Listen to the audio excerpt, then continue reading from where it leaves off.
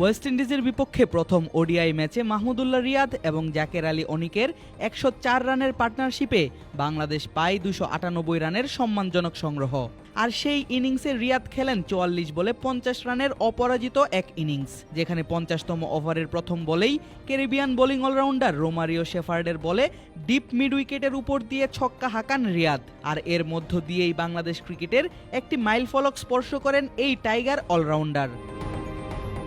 শেফার্ডকে হাঁকানো ছক্কার মধ্য দিয়ে রিয়াদ হাঁকান আন্তর্জাতিক ক্রিকেটে নিজের ২০০তম ছক্কা, যা বাংলাদেশের যে কোনো ক্রিকেটারের জন্য সর্বোচ্চ।